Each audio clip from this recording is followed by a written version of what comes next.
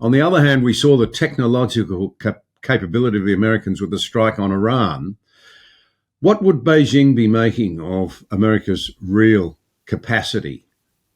I think they feel they're rapidly, with their shipbuilding program, they're rapidly closing the gap, but that gap will be sizable for a decade. And so I'll give you some numbers roughly. We have about 6,500 deliverable nuclear weapons there.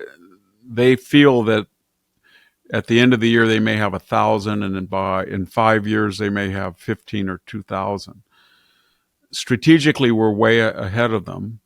We're way ahead of them. We have 11 carrier groups, and I don't know how they were going to catch up to there. The carrier group is about a $50 billion to $100 billion investment with the submarines, the frigates, the associated ships in that group. We have 11 of those.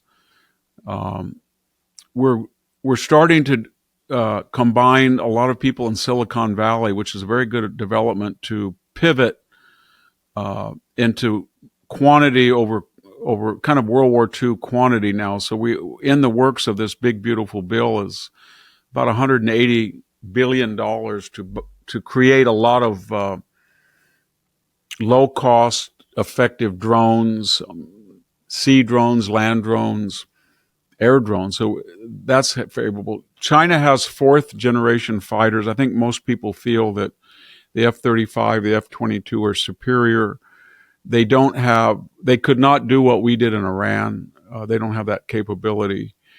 And it's clear that their relationships, because of border disputes with Russia and India, are not going to make them permanent allies. They're allies of convenience in some cases because of the Ukraine war and Russian oil, but they're not in a good strategic position. China isn't, and they have a demographic problem.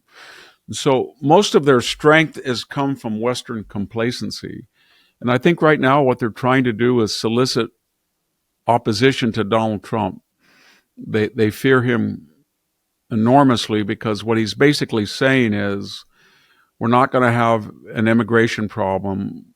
We're not going to have a border problem. We're not going to have a military budget problem. We're not going to have a naivete about Chinese surplus problem. And we're going to invite in foreign investment.